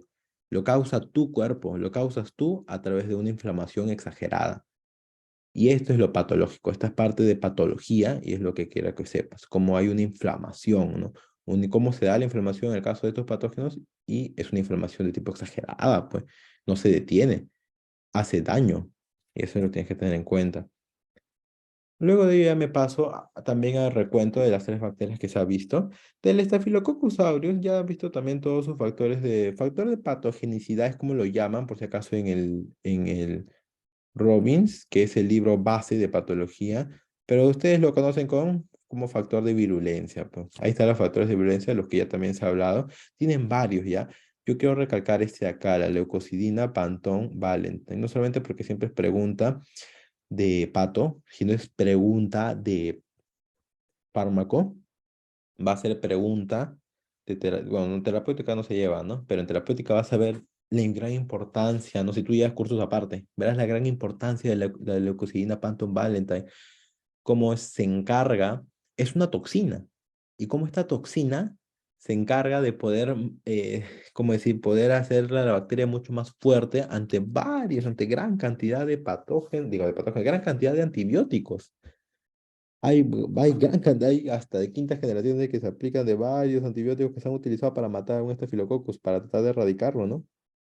Pero esta toxina es la que se encarga de que cada vez tengamos estafilococcus resistentes. La resistencia bacteriana del estafilococcus es gracias a la leucocidina Pantone Valentine. Por eso es muy peligroso en sí. Bueno, no es cosa de creerme. Ya tú en microbiología ya has visto por qué le dicen aureus, por ejemplo, ¿no? Y por qué le dicen estafilococcus, porque está en forma de racimos. Acá obviamente no vas a verlo de color dorado, ¿no? Porque es una muestra histológica, ¿no? Pero ahí para que vean forma de racimo son coquitos gram positivos, como ya lo han visto. Las enfermedades que causa el estafilococcus son tanto por invasión directa o como por producción de toxinas. ¿Cuáles son las más peligrosas? Las que le deben tener miedo a las toxinas que producen. No tanto en la invasión directa, porque cuando se mete el Staphylococcus, esta bacteria quiere invadir a un tejido, el daño lo hace tu cuerpo al inflamarse, y bueno, ahí nomás queda, ¿no? Tu cuerpo sigue inflamando, pero es algo no tan grave, no tan fuerte, se puede tratar. Lo peor es cuando ya secreta esas bacterias sus toxinas, como las citotoxinas, las toxinas exfoliativas, y nos pueden llevar a síndromes de shock tóxico, o sea, entras en estado de shock Y ya también creo que lo en la parte de trombosis que iba a ser un shock, ¿no? Cuando tus tejidos están hipoperfundidos, o sea, no llega sangre a tus tejidos, a gran cantidad de tejidos vitales. Por ende, tus tejidos empiezan a fallar, es una falla orgánica. Y ese es el shock tóxico que te puede producir las toxinas de el Staphylococcus aureus. Hay síndrome de piel escaldada, estafilococócica, en los bebés. En los bebitos también puede tener cuando tienen infecciones. Vas a ver cómo tienen toda su piel que se descama. Tengo imágenes más adelante. Y hay intoxicación alimentaria, pues. Cuando la bacteria procesa cierta cantidad de toxinas y al momento de alimentarte, pues te intoxicas, pues por un alimento que comiste estás intoxicado. Todos los síntomas clásicos, bueno. Acá tienes esta bacteria y ahí la vas a ver cómo te puede causar la intoxicación alimentaria, por qué cosa que puedes comer, el síndrome de shock tóxico, en este caso acá empezó, miren, el útero, ahí empezó todo el foco inflamatorio, la infección respiratoria, puede haber osteomielitis, cuando se inflama la médula ósea, que también tengo imágenes de ello, infecciones cutáneas, pueden formar abscesos, forúnculos, lo más importante es el forúnculo, ay, de acá, el forúnculo, porque acá el forúnculo es como decir, es una lesión papular que está empezando a crecer en donde hay pelo, en folículo piloso. Es una lesión papular en folículo piloso, el forúnculo, que se puede ver mucho acá, ¿no? Y endocarditis, las endocarditis por Staphylococcus aureus. Luego de hablar de ello, en este Staphylococcus, por ejemplo, acá tenemos lo que es el impétigo. Cuando tú dices que es impétigo, es como ampollas, ¿ya? Vas a esperarte lesiones ampollosas, pero la costra es color miel, es una costra color miel, más que todo porque el macrófago empieza a digerir ciertas cantidades de eritrocitos que salen, pues hay eritrocitos que empiezan a salir del vaso cuando está acá el estafilococcus, y pues el macrófago sale también y se traga a esos eritrocitos, y tú sabes muy bien que pasa todo el proceso de degradación del hierro, el hierro también termina degradándose, la hemoglobina igual. Cuando la hemoglobina se degrada por bioquímica, ¿tú ya has visto qué es lo que se forma? Porque hay toda una vía, ¿no? En bioquímica de la degradación de la hemoglobina. No sé no sé si te estás despierto o sabrás, pero bueno, ya. Después, lo primero que puede formar es la biliverdina, ¿no? Luego ya empezamos a la bilirrubina. Ahí ves cómo cambia de color, ¿no? De verde a un color más amarillento, pues en ese estado obviamente se encuentra. Por eso que tienes costras amarillas o costras color miel. También tienes el empétigo no ampolloso, que ahí sí no tiene tanto costras color miel. La bibliografía lo describe como tal, sí, pero tú no lo vas a ver costras color miel, sino vas a ver mayormente los focos inflamatorios, focos rojizos, bien rojos que están rodeando esa lesión. Ahí está el forúnculo que te dije, ¿no? Que es un nódulo, una pápula, que es tremendamente oloroso y lo vas a encontrar donde está, ¿qué cosa? El folículo piloso. Donde hay pelo, donde se forma pelo, mayormente lo encuentras. Acá hay un forúnculo, pero en la cara, por ejemplo. En la cara. Ahí está, debajo de la ceja, y mira, está formado un forúnculo. Donde hay pelo, donde hay folículo piloso, empieza a formarse esa lesión que se eleva. Por eso es un nódulo, ¿no? Pápula, ¿no? Que termina elevándose. Y acá el síndrome estafilococócico, ¿no? El síndrome tóxico de piel escaldada. Mira el niñito, cómo está descamándose. Eso es netamente, totalmente doloroso, ¿no? Pero hay una descamación de la piel, como que todo se está escaldando. Le va a arder, ¿no? Así como cuando te escaldas o cuando te escaldas cuando eras niño, arde, pues lo mismo, ¿no? Acá en la parte de histología, mira esto. Esto es una ampollita. Mira, se ve claramente la epidermis, cómo se está separando de la dermis. La epidermis se separa de la dermis. Acá también puedo ver, mira, focos inflamatorios. ¿Te acuerdas que te dije los puntos morados? Mira acá puntos morados. Focos inflamatorios, de inflamación aguda principalmente.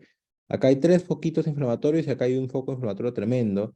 Acá hay con lo que te dije, eritrocitos están extravasados, hay una extravasación de eritrocitos, el eritrocito sale del vaso, eso se llama extravasación. Y después van a venir los macrófagos, lo van a digerir y obviamente le van a cambiar el color rojito a un color ya más miel, ¿no? Pero acá está la lesión ampollosa, ¿no? Toda una inflamación serosa. Acá todo es una ampollita, pues. Una ampolla. Probablemente no está formando un impétigo, ¿no? Entonces tiene todas las características que debe formar un impétigo en sí. Y bueno, ahí puse ampolla con experimento de la epidermis. Es histología, eso es lo que quiero que sepas, lo que quiero que te lleves. Aquí hay otra imagen de una válvula cardíaca.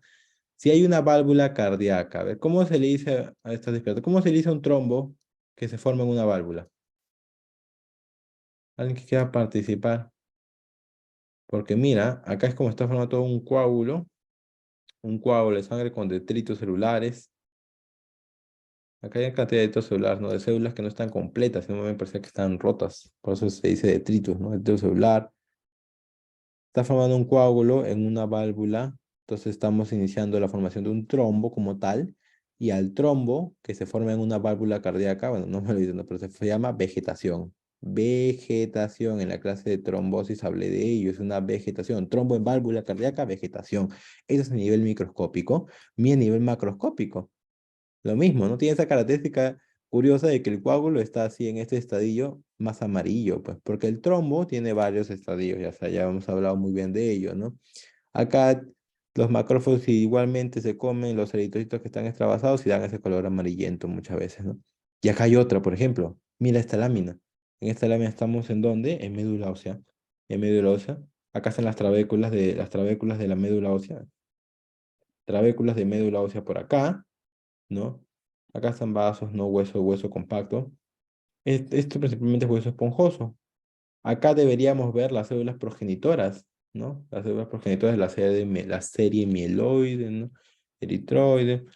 Bueno, pero no se ve ello. ¿Se ve qué cosa? Neutrófilos. Neutrófilos. Acá mira un neutrófilo. Clarito se ve, ¿ves? Tus tres gránulos, la celulita con tres gránulos, ¿ves el neutrófilo? Acá hay otro neutrófilo. Acá hay otro neutrófilo de cuatro gránulos.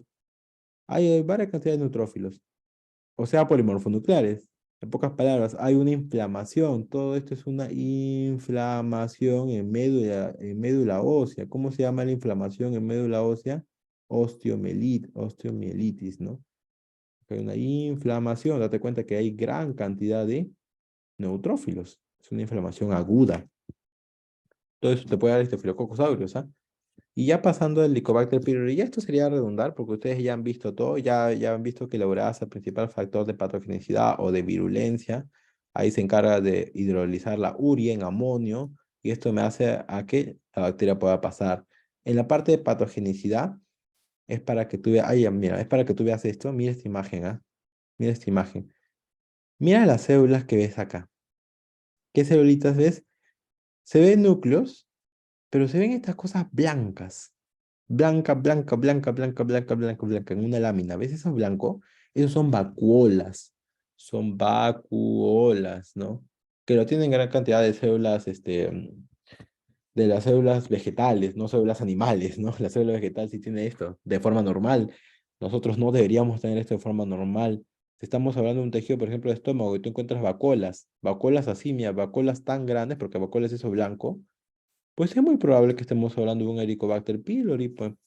Porque el Helicobacter pylori tiene al BAG-A, que es la que induce formación de vacuolas dentro de la célula. Estas vacuolas dañan la estructura celular, dañan la membrana y terminan haciendo que la célula muera, pues que la célula entre en apoptosis y después nos va a conllevar una necrosis general. Terminan haciendo que la célula muera y me forme también, ¿qué cosa? Esto de acá, pues. Me forme una, ¿cómo se dice eso? Una úlcera. Es una erosión de capa mucosa muscular. Me forma una úlcera. Ahí date cuenta. Ahí te das cuenta de lo que está formando. O sea, ¿no? Todo esto porque la célula induce, esta bacteria induce a que se muera la mucosa, principalmente la mucosa gástrica y duodenal. Ahí tienes la forma de esta bacteria. Lo importante también es el flagelo, porque ese flagelito y la forma también de un bacilo, digamos así, que tiene esta bacteria, ayuda como factor de patogenicidad. El flagelo es un factor de patogenicidad. El flagelo es un factor de patogenicidad, porque ayuda a que la célula no solamente pueda tener adherencia a la mucosa, sino la penetre, porque se mueve rápido. Y date cuenta cómo llega la bacteria, está llegando, utiliza la ureasa para transformar la urea que hay en el estómago en amonio, entonces le está quitando la parte de viscosidad, ¿no? O sea, es capaz de neutralizar de esa manera el pH tan ácido del estómago. También es capaz de neutralizar la mucosa de ese estómago y pues se mete, así como empieza una, vienen una, dos, tres, cuatro, porque estás neutralizando la mucosa, que es la barrera defensiva del estómago, y se mete en gran cantidad de bacterias. Terminan dañando el epitelio y causan erosión. Entonces el daño, principalmente el daño, esta fue una pregunta muy engañosa, ¿ya? Pero el daño que causa el Helicobacter pylori, porque creo que está en el examen, no es tanto por la bacteria, hay un daño bacteriano, eso sí, Pero el daño bacteriano queda en segundo lugar. El primer lugar es lo que yo ya te dije, el daño inflamatorio. Tu cuerpo se inflama, pero también la inflamación desmedida que tiene el cuerpo es lo que aumenta que haya células rotas, porque estás inflamando esa zona celular. Al inflamar una zona, la cosa que la inflamación no mata al patógeno, sino también mata, no solamente mata al patógeno, sino también mata tus propias células, pues. Entonces la inflamación te está haciendo daño. La inflamación termina haciéndote daño, se termina haciendo daño a uno, formando una úlcera gástrica, por ejemplo. Entonces, el principal daño es inflamatorio, más de todo tu cuerpo. Y si tú en una lámina ves vacuolas así, estamos hablando de, si te dicen, ¿no?, que es tejido gástrico, pues estamos hablando mayormente de un Helicobacter pylori. Y el CAG-A, solamente porque ya tocaron en la anterior clase, te hablaron de neoplasias, el CAG-A es una oncoproteína. Una oncoproteína es una proteína que ya está mutada, pues, para formar una neoplasia, para formar neoplasia. Entonces, ya ser una oncoproteína, pues, este es el principal factor de virulencia para que la bacteria pueda dar o pueda generar tipos de cánceres distintos, ¿no? En el estómago, en el duodeno. Entonces, esta bacteria puede generar también cáncer. Si no es tratada, te va a generar cáncer, porque tiene el CAG-A, que ayuda justamente a ello. Esta molécula ayuda a ello, porque es una oncoproteína como tal. Continuando, las imágenes, vuelvo y repito, esta es una glándula gástrica. Mira esto de acá. O sea, en la célula prácticamente se ve, acá se puede ver el núcleo, pero mira cómo arribita están llenados. ¿De qué son estas? Son vacuolas, pues, glándulas intestinales vacuolizadas. Hay gran cantidad de vacuolas en una glándula intestinal, duodenal mayormente, ¿no? Pero mira, así. Acá, por ejemplo, ves en estómago, ¿no? Si hago un corte de estómago, aparte de ver la gran cantidad de inflamación, porque todo, mira estos puntos morados que se reúnen, eso es inflamación, pues esos son polimorfonucleares. Aparte de ver la inflamación, digo, inflamación polimorfonuclear, estos, si te das cuenta, no, son un solo núcleo.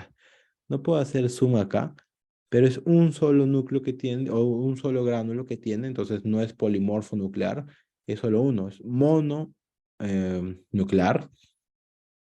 Entonces hablamos de una inflamación de tipo crónica. Es una Helicobacter pylori no tratada, porque es una inflamación crónica, no porque las células no son polimorfonucleares, sino solamente tienen un solo gránulo o un solo núcleo. Ahí ya te cuenta. Entonces es un inflamatorio crónico. Pero ahí para que veas, ¿no? Como acá empieza a formarse, por ejemplo, una zona de erosión, ¿no? Acá empieza a formarse zona de erosión en este tejido. Y toda esa gran cantidad de la inflamación que hay, que te produce el Helicobacter pylori. El Helicobacter pylori produce gastritis, pero la gastritis del Helicobacter pylori es lenta. Es por eso que es una gastritis crónica. ¿Y qué vas a encontrar en una biopsia? Pues vas a encontrar una inflamación crónica. Acá la atención de Warting-Starry para que tú veas también cómo en lo que es una glándula, porque seguimos en una glándula duodenal, ahí se puede ver claramente cómo están. Mira la forma que tienen estas bacterias. Se puede ver cómo están entrando en la capa mucosa, ya dañaron y ya están entrando a la célula, ¿no? A estas células de acá, a las células columnares. Mira cómo entran al epitelio. Esas son las bacterias.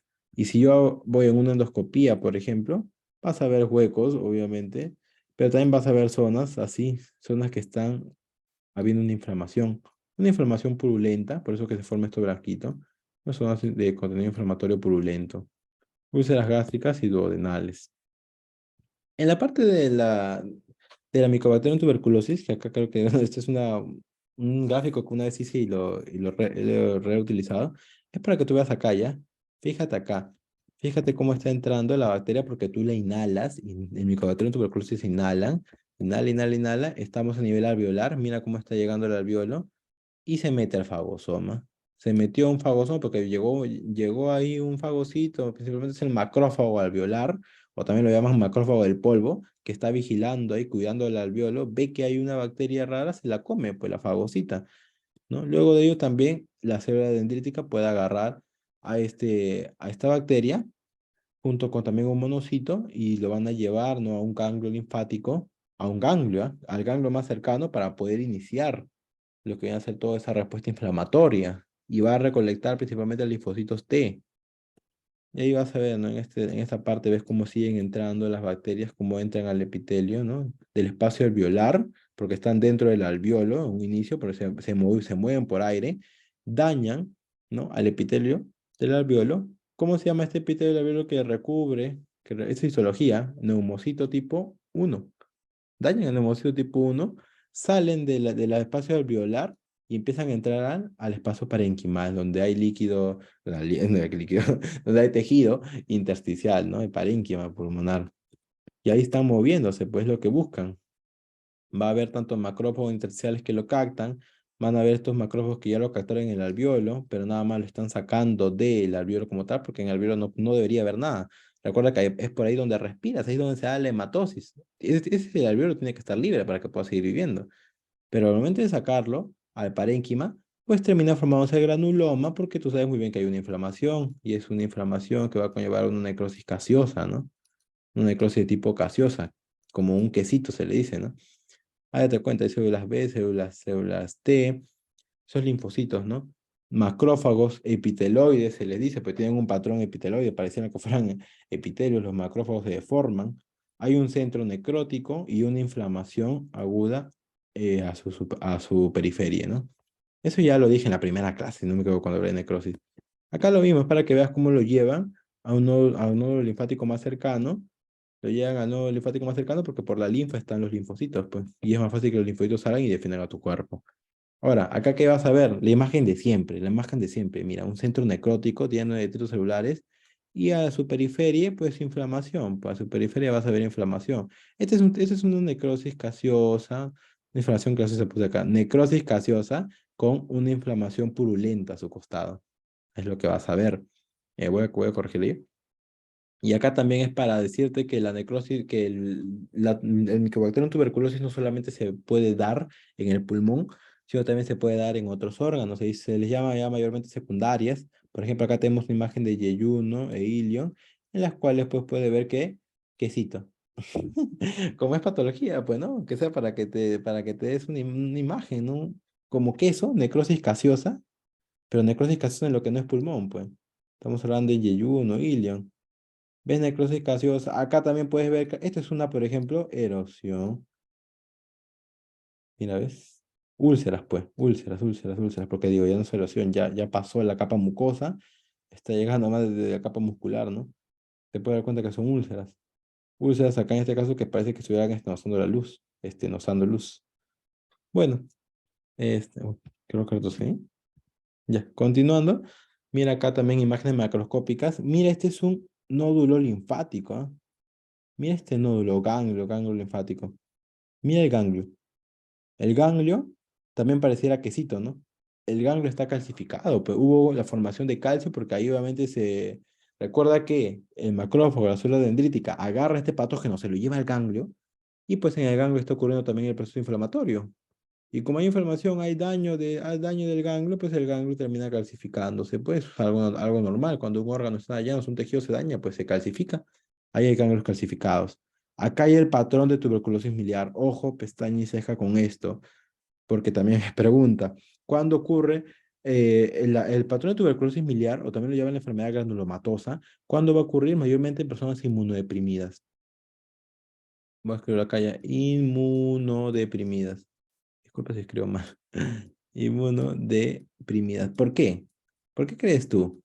Porque ya te expliqué que la inflamación, para que se dé inflamación, y la inflamación te va a conllevar una necrosis gaseosa, te va a conllevar una caverna, pues para que se dé la inflamación, tu sistema inmunitario tiene que estar funcionando correctamente.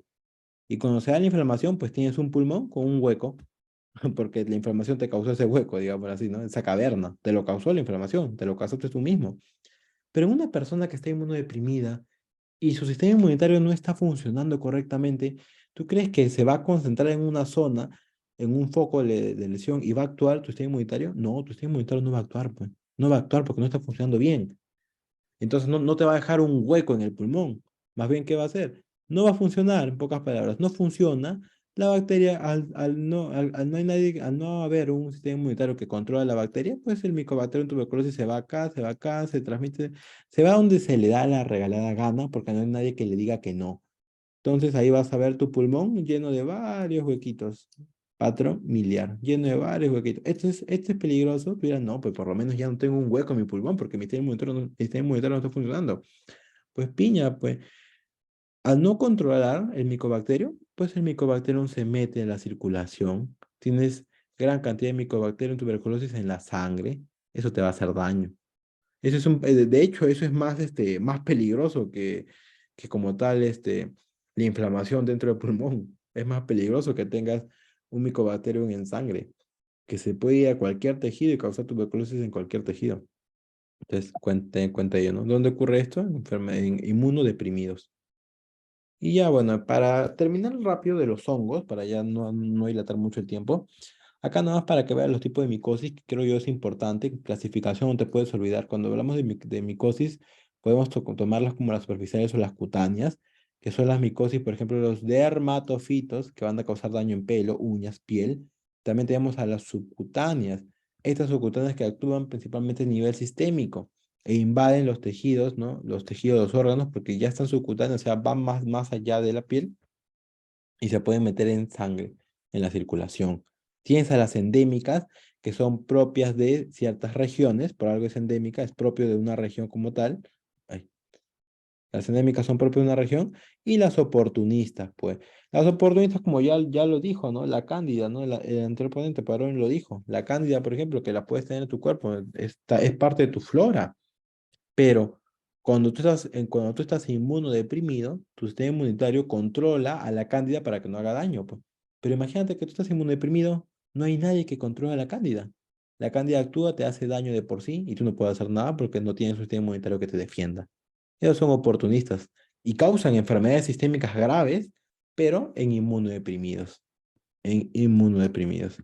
Acá hay un honguito que da miedo en tratamiento, da miedo como tal porque no hay muchas cosas que lo maten. Tú habrás escuchado, no sé si los azoles, la familia de los azoles, azol. Esa familia de azoles, pues tiene mucha efectividad contra diferentes tipos de hongos. O sea, no hay muchos hongos que se escapen al itraconazol, al fluconazol, boriconazol. En verdad son muy buenos para todos tipos de hongos. Pero acá, por ejemplo, tenemos a mucormicosis, le llaman acá. Acá hay un mucor angioinvasivo. ¿Por qué? Porque acá hay un vaso. Y acá están las hifas, ¿no? Que son no sectadas o cenocíticas de un mucor, ¿no? De la mucormicosis. Pues estos dan miedo porque acá los azoles ya no sirven. Pues, hay azoles que están inventados nuevecitos, que son el isavuconazol, el posaconazol, que estos ya recién están actuando. Pero esto es para que veas un hongo peligroso, recontra peligroso y que lo encuentras por daño, es por daño ambiental principalmente, ¿no? Un hongo peligroso. Esta es una imagen para que veas, ¿no? Nada más. Acá ya para hablar de la Candida albicans, ya para que se vaya a repetir de esto, nada más ten en cuenta la forma clínica, cómo se va a subdividir en cutánea, mucocutánea, la candidiasis invasiva y la alérgica. Ahí para que veas las cándidas y para que veas lo que deja. Lo que te deja, cómo te deja acá una zona eritematosa, descamativa de la piel, ¿no? Eso es algo que tienes que tener en cuenta. Se dan acá creo que lo escribí, ¿no? Se dan en grandes pliegues. La candidemia de estas zonas, esta forma clínica cutánea la puedes ver en grandes pliegues, la entrepierna, ¿no? Lo que comúnmente decimos la entrepierna es un pliegue. Lo puedes ver ahí. Y otro, la vulvovaginitis, pues. En la vagina igualito, te empieza a tener esta forma, este color blanquito y empieza a secretar pus. Empieza a secretar pus en grandes cantidades, ¿no? La vulvovaginitis también es de la candidemia, de la Candida albicans, ¿no? Acá está una candidiasis esofágica, acá la cándida en el esófago, mira todo lo que está causando, acá tú puedes ver cándida, cándida, cándida. Y el muget candidiásico, ¿no? Ahí vas a ver esta membrana, cómo se está proliferando, porque la cándida hace que se prolifere una membrana, ¿no? Y bueno, tú la puedes raspar, ¿no? Si tú la raspas y se sale, es muy probable que sea cándida. Y ahí date cuenta cómo hay un foco de inflamación, ¿no? Acá hay una cándida vaginal, candidiasis vaginal. Acá puedes ver la parte del miometrio, que es la parte muscular del útero. Digo, el útero, acá te puedes ver el útero, en la vagina. En la vagina, cuando se está dando, no se puede ver el epitelio normal de la vagina como tal. Se puede ver la parte muscular. Pero ahí tú puedes ver cómo está mira, lleno acá, en el medio, en el centro. Lo que estoy sombrando para el centro, este huequito, ahí va a ser cándida, la candidiasis vaginal, ¿no?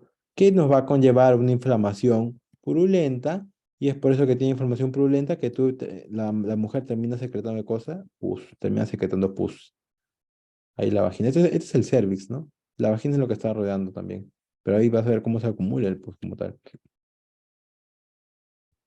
En la Aspergillosis fumigatum, ya esto es lo mismo, ya, porque prácticamente lo vas a ver más adelante con el Cryptococcus, y es que las esporas tú las inhalas, las respiras. Puedes inhalar las conidias, ¿no? Las conidias aéreas, y pues obviamente estas se van a multiplicar en tejido pulmonar, se van a multiplicar en los bronquios también, bronquios bronquiolos, y como tu sistema inmunitario está funcionando correctamente, porque tú, una persona, tú y yo estamos jóvenes, tenemos un buen sistema inmunitario que nos defienda, pues va a haber polimorfos nucleares que van a reclutar, nos van a defender, van a causar daño inflamatorio.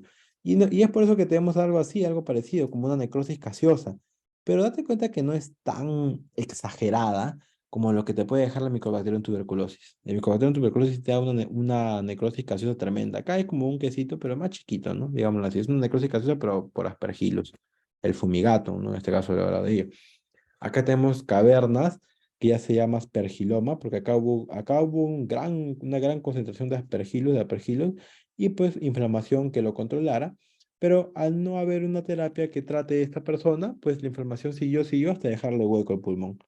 Se le dice aspergiloma porque, bueno, es el hueco que se le dejó, no es por una Mycobacterium tuberculosis, sino es por el aspergillus. Y el aspergillus, de nuevo te lo digo, tú lo respiras.